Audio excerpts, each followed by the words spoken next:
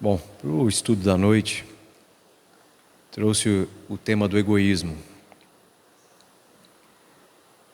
que no Livro dos Espíritos está entre as perguntas 913 a 917, onde Kardec pergunta aos espíritos.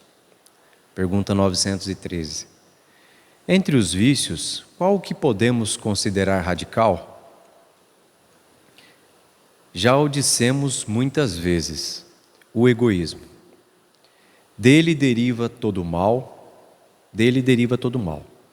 Estudai todos os vícios e vereis que no fundo de todos existem egoísmo. Por mais que lutes contra eles, não chegareis a extirpá-lo enquanto não atacardes pela raiz, enquanto não lhes houverdes destruído a causa, que todos os vossos esforços tendem para este fim, porque nele se encontra a verdadeira chaga da sociedade. Quem nesta vida quiser se aproximar da perfeição moral, deve extirpar do coração todo sentimento egoístico, porque é incompatível com a justiça, o amor, a caridade. Ele neutraliza todas as outras qualidades. O egoísmo, ele já pertence às nossas raízes como um instinto de preservação. Na origem humana, era necessária a utilização desse sentimento como uma forma de se preservar, preservação da espécie, né? Pois nós vivíamos no auge dos nossos instintos. Então, nós vivíamos da caça, defendendo a nossa prole, né? Então, o instinto era a nossa base de sobrevivência, e o egoísmo, que era esse cultivo do ego, nos ajudava a manter esse instinto, né? A nos preservar. E até hoje, ele permanece conosco. Então, só que não mais necessário nessa dimensão. Hoje, o egoísmo ele pode ser ajustado, muito bem ajustado, ao ponto de nós não precisarmos prejudicar ninguém. Então, ele continua sendo um sentimento que nos mantém vivo, nos preserva, mas não ao ponto de ferir alguém, ou causar um prejuízo que seja moral ou físico a alguém. Então, a espiritualidade fala para Kardec o seguinte: para combater o egoísmo, né, e as outras imperfeições, a gente tem que ir na origem. E aos poucos, nas outras respostas, eles vão nos ajudando a entender isso. Na 914, Kardec pergunta: estando o egoísmo fundado no interesse pessoal, né, enraizado no nosso interesse pessoal, parece difícil extirpá-lo inteiramente do coração do homem. Chegaremos a isso? E a espiritualidade responde: à medida que o homem se esclarece sobre as coisas espirituais, dão menos valor às materiais. Em seguida, é necessário reformar as instituições humanas, que o entretêm e excitam. Isso depende da educação. Então, o que eles dizem aqui? Hoje nós temos a condição, graças ao Espiritismo, de ter esse entendimento que nós não somos só matéria. Então, nas nossas eras pré-históricas, o homem realmente não tinha essa condição. Então, por isso que o egoísmo era um meio quase que de sobrevivência, um instinto de sobrevivência. Hoje, com o Espiritismo, nós sabemos o quê? Que nós estamos aqui momentaneamente, que nós somos criaturas imortais, né? Que o que a gente não conseguir melhorar nessa existência, a gente vai ter uma outra oportunidade, devido à misericórdia divina. Então nós não precisamos hoje ter esse sentimento egoísta. E ele diz o quê? À medida que nós aprendermos mais através da educação moral, a educação que ele fala aqui não é a destruição, né? A moral, nós conseguimos ter essa percepção. Por isso que Kardec dizia que vai chegar um dia que todas as religiões vão ser espiritualistas, não espírita, mas ter esse entendimento da continuidade. Porque a partir do momento que você conhece, tem o conhecimento das múltiplas existências nossas, de que nós não somos daqui, muda nosso entendimento em todos os segmentos da vida. Dentro do nosso relacionamento familiar, dentro do nosso trabalho, na nossa profissão, na relação com os nossos amigos. Porque muita da competitividade, da violência, dos afloramentos das nossas imperfeições, é devido a querer o quê? Se preservar nessa existência. Porque eu preciso juntar, acumular, guardar para mim, para minha família. Como que eu vou morrer e deixar meus filhos desprovidos? Então, quando você conhece esse lado espiritual e você começa a entender que você não tem controle dos seus atos aqui, a gente não tem controle da nossa existência. Então eu posso combinar algo com vocês aqui amanhã, de manhã, que vou estar aqui 7 horas da manhã e eu não estar mais aqui. Nós não temos o controle. Nós achamos que temos o controle, mas não temos. Quem que está controlando as estações do ano? Você conversa com um agricultor, você vai ter essa noção do que é não ter controle. Um agricultor, ele faz assim, ele investe milhões e acredita que tudo vai dar certo, vai chover no tempo certo, vai estiar no tempo certo, para ele colher o que ele plantou. Mas ele sabe que pode ser que um dia ele plante e não consiga colher. Na 915, Kardec pergunta: sendo o egoísmo inerente à espécie humana, não será um obstáculo permanente ao reino do bem absoluto sobre a terra? É certo que o egoísmo é o vosso mal maior, mas ele se liga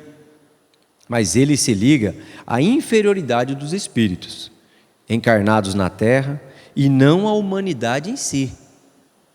Não é uma regra. O egoísmo existe, mas não é uma regra a ser seguida. Depende de cada individualidade no seu processo evolutivo. Ora, os espíritos se purificam nas encarnações sucessivas, perdendo o egoísmo, assim como perdem as outras impurezas. Não tendes na terra algum homem destituído de egoísmo e praticante da caridade? Existem em maior número do que julgais. Mas conheceis poucos, porque a virtude não se preocupa fazer notar. Uma das características dessa virtude é não se fazer notar.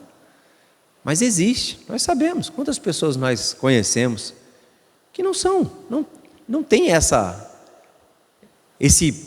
preocupação tão materialista. Às vezes como nós, na nossa família, na nossa casa, dos nossos próximos, dos nossos bens materiais. E às vezes a gente olha até com uma certa assim, discriminação, Nossa, não tem nada. Chico se elogiava disso, se sentia, até pode-se dizer, orgulhoso de não ter nada, porque ele sabia que nada ia prender ele aqui, quando ele partisse. E nós? Será que nós conseguimos sair daqui e não estar preocupado com a casa, que vai ser vendida pelos filhos, com a fazenda, com o carro, de eu estar pagando prestação ainda? Será que nós vamos conseguir sair daqui e não ter essa preocupação? Ou a gente vai chegar de lá tão ou mais perturbado do que estamos aqui? Preocupado com coisas materiais que a gente ainda sequer teve a percepção que não significam nada para a gente.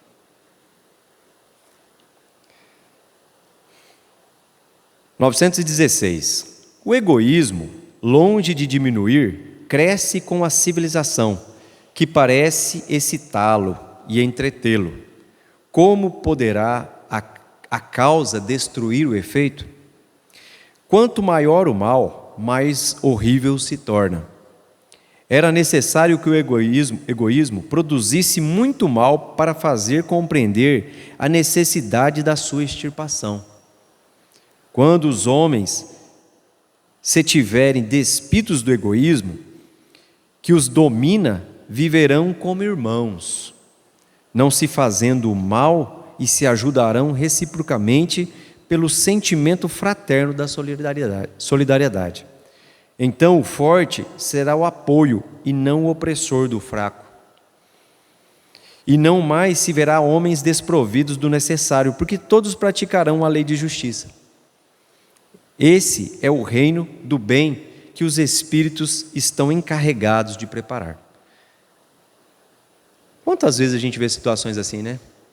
Pessoa passando por uma dificuldade, e aí vem uma criatura cheia de boa intenção. O cara precisa de um dinheiro, tem uma casa para vender, a casa dele vale 100 mil. Mas como ele está precisando, um amigo, quando não um parente, vem ajudar. Olha, eu te dou 50. E a pessoa obrigada, às vezes, né? Às vezes por um motivo de saúde, vende um bem que valeria uma quantia pela metade do preço. E aquela pessoa ainda fala, não, eu ajudei ele, nem queria comprar, comprei para ajudar. Então é o que os Espíritos dizem aqui. O forte não mais será, o forte será o apoio do fraco, e não o opressor. Quantas vezes o forte é o opressor da gente, numa situação de egoísmo? Nós vemos tantas situações quando a gente para pensar, e quando a espiritualidade fala que a nossa civilização hoje, a nossa humanidade, excita o egoísmo. Basta você assistir televisão, olha os meios de propaganda, como se divulga um produto, como se você não comprasse, você é menos, você precisa daquilo para ser feliz. Então, as empresas de marketing, não falando mal, mas elas estudam psicologia para entender como convencer alguém, como criar uma frase, sempre tal produto. Olha o impacto da frase, sempre. E tantas outras que são criadas nessa forma de excitar esse sentimento em nós. Então, a percepção que nós temos às vezes é que o quê? Que há cada vez mais egoísmo, que há cada vez as coisas estão ficando piores, mas nós espíritas sabemos que não é assim. É porque, como dissemos na resposta anterior, a espiritualidade responde na resposta anterior, as pessoas que estão voltadas ao bem, à prática da caridade, uma das características dela é a distinção, serem discretas, não fazerem alardes. Então, às vezes, o mal é mais barulhento mesmo. Então, às vezes, a gente acha que, como diz o Haroldo Dutra, o mal ele tem uma excelente assessoria de imprensa. Então, divulga numa rapidez e numa velocidade muito grande. Enquanto o bem não. O bem é mais discreto. As pessoas voltadas à caridade são mais discretas. Por isso que nós achamos que o bem, ainda é menor que o mal. Na 917, Kardec pergunta: qual é o meio de se destruir o egoísmo? Se o egoísmo é tão importante na nossa existência terrena, carrega esse sentimento que já vem, como ele diz aqui, inerente à nossa espécie. Porque é importante nós lembrarmos o seguinte: quando nós saímos daqui, se nós formos egoístas aqui, nós vamos ser egoístas do lado de lá. Nós nos transformamos em espíritos puros porque mudamos de lado, mudamos de plano. Então, se hoje você sofre com o egoísmo aqui, você também vai sofrer do lado de lá. Porque você imagina, é uma situação igual eu falei anteriormente. Você chegar do lado de lá e ficar preocupado com o que seus herdeiros estão fazendo com as suas coisas. Seu genro está andando no seu carro, a sua nora está cozinhando no seu fogão, está mexendo nas suas coisas. Como que essa pessoa fica do lado de lá? Esse espírito, se retorcendo e não pode fazer nada, porque aquele ainda pode espernear, xingar, brigar, e lá? Um obsessor, vira um obsessor. Quantos e quantos casos nós sabemos de pessoas que são obsediadas pelos próximos familiares? E vocês acham que é através de que sentimento? Do amor? O que move uma pessoa a se ligar a outra, um espírito, a se ligar a um encarnado, às vezes com tanta... É esses sentimentos mesmo. Por quê? Porque eu não ajustei isso aqui. Então eu chego do lado de lá com essa imperfeição. Igual ou às vezes até maior.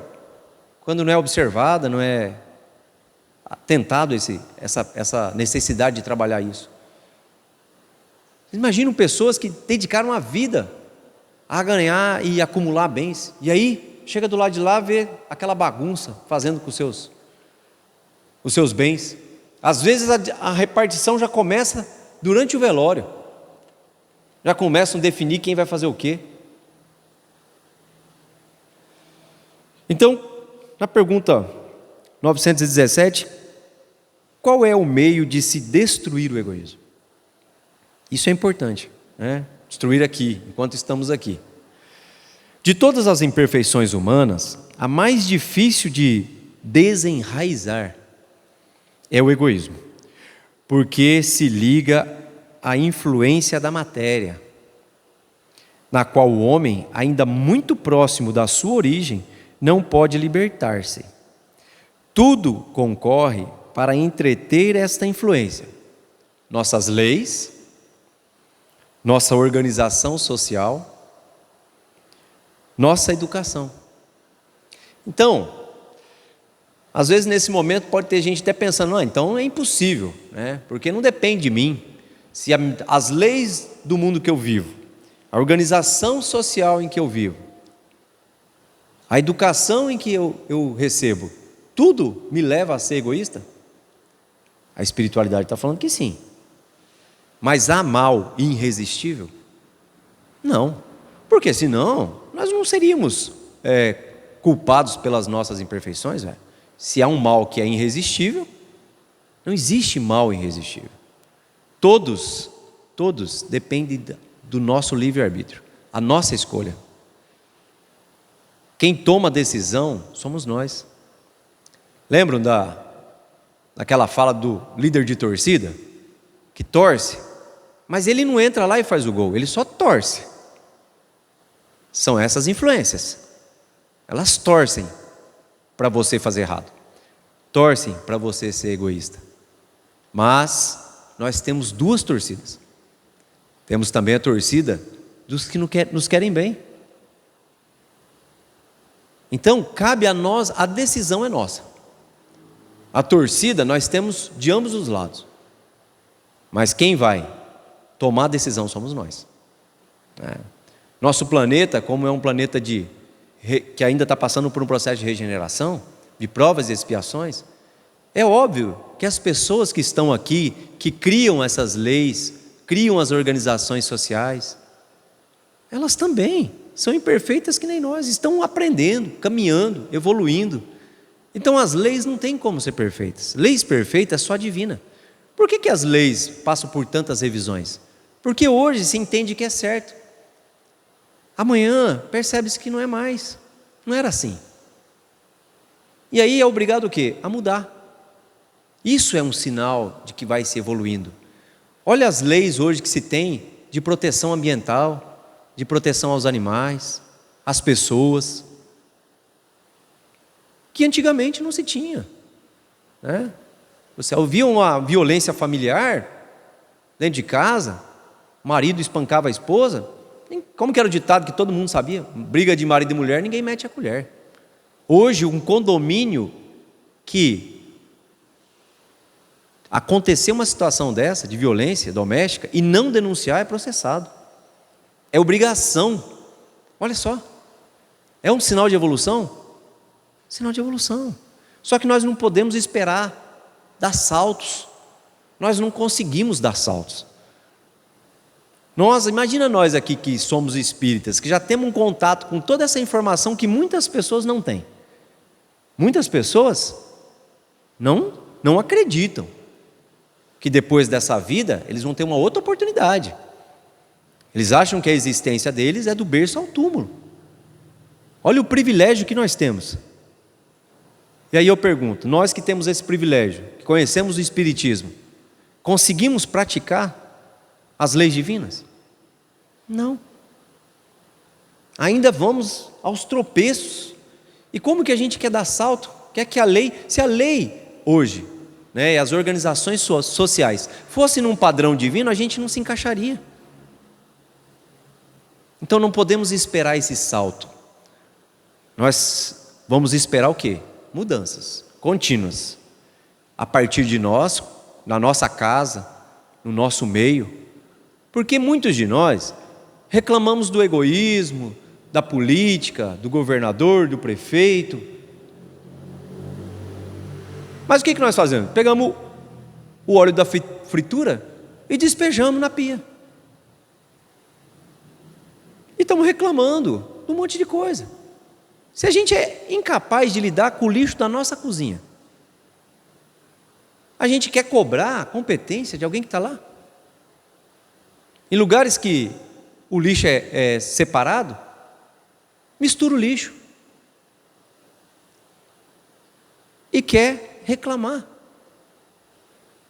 Para em fila dupla. É só 5 minutos para deixar a criança. Depois é só mais 5 para pegar. Então, todo o resto do trânsito tem que se organizar para você pegar seu filho.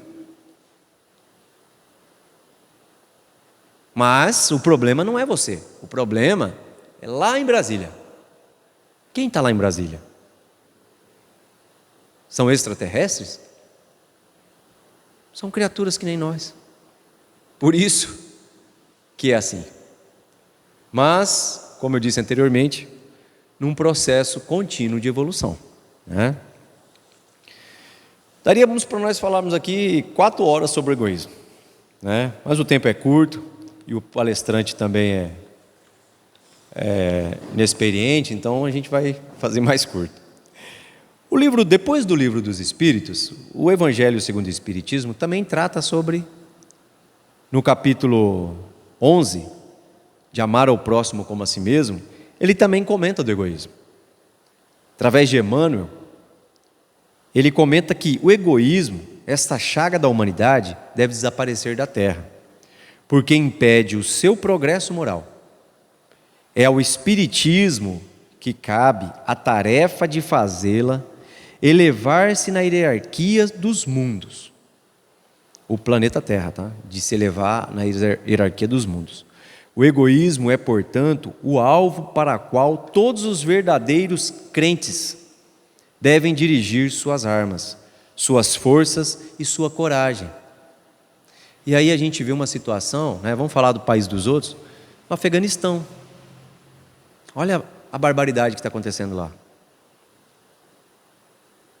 Em nome de Deus, às vezes, mas o que a essência, se a gente for ver a essência, qual que é? O egoísmo. Será que lá não tem área suficiente para todos viverem em paz? Será que para um ser feliz ele precisa invadir a terra do outro? Como diz a espiritualidade no início, a base de todas as imperfeições é o egoísmo, né? Eu trouxe um texto interessante que chama Receita contra o Egoísmo. Ele está no livro Marcas do Caminho, pelo Espírito André Luiz, psicografia Francisco Cândido Xavier, que ele dá uma receita de 10 lições para combater o egoísmo. Número 1, procure esquecer o lado escuro da personalidade do próximo. Procure esquecer o lado escuro da personalidade do próximo.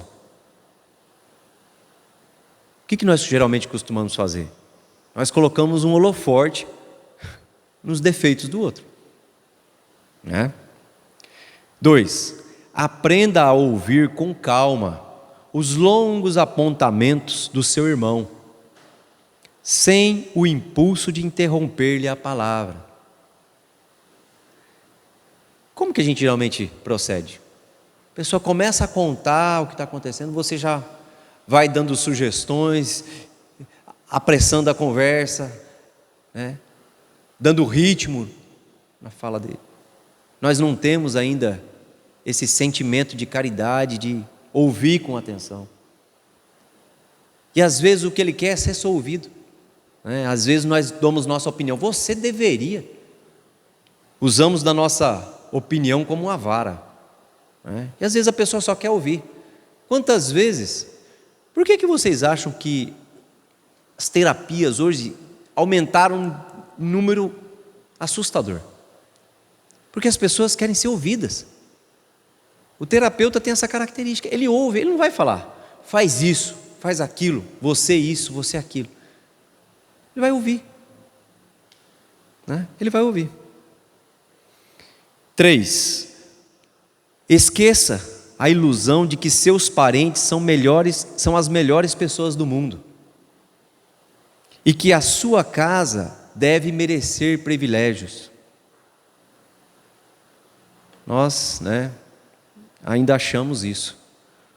Nós achamos que a nossa família é a melhor do mundo e que só morre o filho do vizinho, né?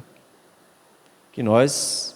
Tem aquela história das vizinhas que estão conversando, de repente escuta um barulho de moto caindo e freada de carro, sai correndo as duas. E aquele muvuca de gente, ela deixa eu ver, ela olha, ainda bem que não é meu filho. Era o da vizinha. Foi embora limpar a casa dela e segue a vida, né? 4, não dispute a paternidade das ideias proveitosas, ainda mesmo que haja atravessado o seu pensamento, de vez que a autoria de todos os serviços de elevação pertence, em seus alicerces, a Jesus, nosso Mestre e Senhor. Então, às vezes a gente fica com uma discussão tão boba, né, de quem é o pai da ideia legal, mas ninguém assume a responsabilidade do erro. A gente quer ser o autor do que deu certo, né? Sendo que as inspirações que são extremamente elevadas e as boas inspirações são implantadas em nós para ver se, né? É como se fosse um sacudão. Eu vou te dar essa ideia aqui, mas vê se usa de acordo, né? Capricha com essa ideia que estou te dando. E nós não, eu tive uma ideia. Tive uma ideia aqui que nem Jesus pensou nisso. 5, não cultive referências à própria pessoa, para que a vaidade não faça ninho em seu coração. A gente é tão facilmente envaidecido, né? Tão facilmente. A maioria dos golpes que se aplicam, as pessoas usam esse artifício. Alimentam o ego da pessoa. E a pessoa fica tão cega naquele enchimento de ego que ela faz qualquer coisa que a pessoa aceita. Então tem golpes que a gente vê que acontece aí, que você fala, mas como que o cara cai num negócio desse? É muito burro para cair nisso. Não. É porque ele falou algo que mexia com você, que mexia com o seu ego, que mexia com o seu egoísmo, né? A gente vê pessoas, como é dito anteriormente, as pessoas que muito fazem, você pode ver que não falam, né? Não fazem questão de falar. 6, escute com serenidade e silêncio as observações ásperas ou amargas dos seus superiores hierárquicos e auxilie com calma e bondade aos companheiros ou subalternos quando estiverem tocados pela nuvem de perturbação. Então, que a gente tenha essa postura de humildade quando nós somos chamados a atenção. E que nós temos a postura de humildade também, misericórdia, quando nós vamos chamar a atenção. Também é a base no egoísmo.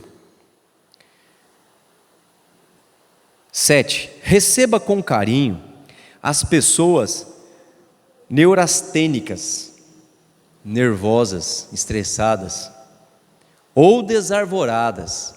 Esse termo desarvoradas eu já tinha ouvido, eu imaginava que era alguma coisa meio transtornado, mas é engraçado que eu fui pesquisar, é um termo náutico que quer dizer sem mastro. Então você imagina um barco sem mastro, é desarvorado. Então receba com carinho as pessoas estressadas, nervosas ou desarvoradas, vacinando o seu fígado e a sua cabeça contra a intemperância mental. Como que nós lidamos com pessoas estressadas? Nós nos estressamos também. Desarvoradas, nós desarvoramos também. Nós não conseguimos manter o equilíbrio. Aí nós falamos, aquela pessoa me estressou. Mas a gente tem capacidade de criar um sentimento na outra?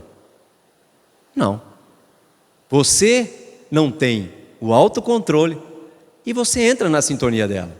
Nós só não sabemos falar da forma correta. Nós falamos, aquela pessoa me estressa. E quando você deveria falar, eu não tenho ainda o autocontrole, o que acontece? Ela chega perto de mim, eu entro na sintonia dela e fica nós dois aqui, desarvorados. E é interessante que ele vai ao ponto. Vacine o seu fígado. Você sente no fígado essa intemperância. 8.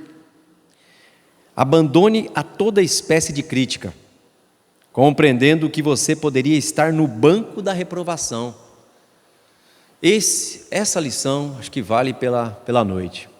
Se a gente criticasse menos, a gente erraria tão menos.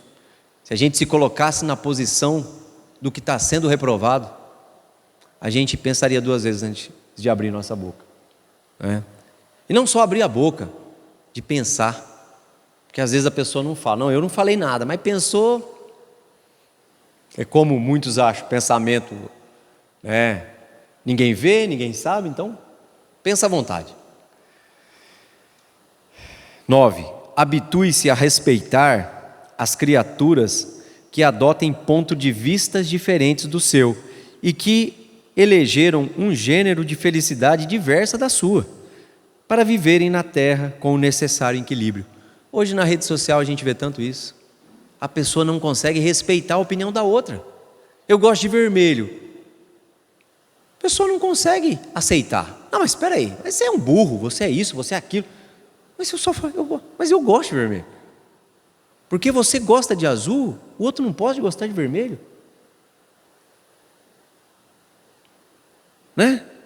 Não respeita a opinião. É ele, é individualidade.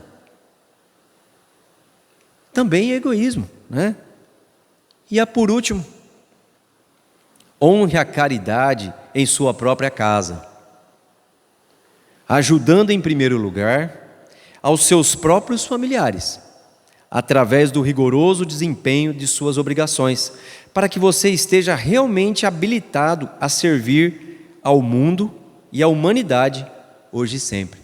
Porque às vezes a gente quer aplicar fora o que a gente não consegue fazer em casa. No trabalho você é um cavalheiro, com as suas colegas de trabalho, com os seus subalternos, com os seus chefes, mas em casa, então a gente não consegue entender que a família, a nossa casa é a base. Você já nasceu ali por um motivo.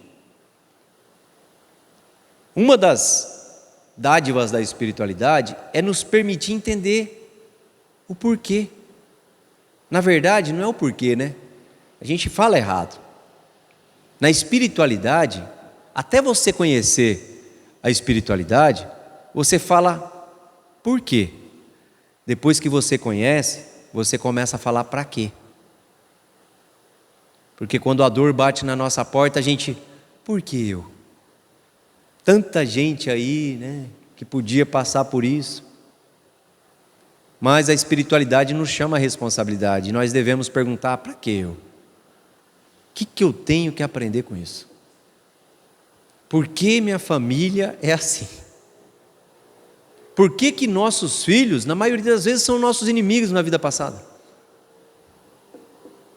Difíceis, complicados. O que nós precisamos aprender? Qual é a lição da vida? Então, meus irmãos, era essa o estudo de hoje. Vamos fazer a prece de encerramento. Com os nossos corações e o nosso pensamento elevado ao nosso Mestre Jesus, pois como sabemos, através dele, todas essas bênçãos da espiritualidade amiga, dos nossos benfeitores, chegam até nós, através de livros, de mensagens, de palavras que chegam até os nossos corações como um bálsamo, que vem refrigerar os nossos corações no momento de desespero e aflição. Agradecemos sempre por essa bondade, por esse amor incondicional que nos envolve, nos fortalecendo e renovando a nossa fé. Obrigado, Jesus, hoje e sempre, que assim seja.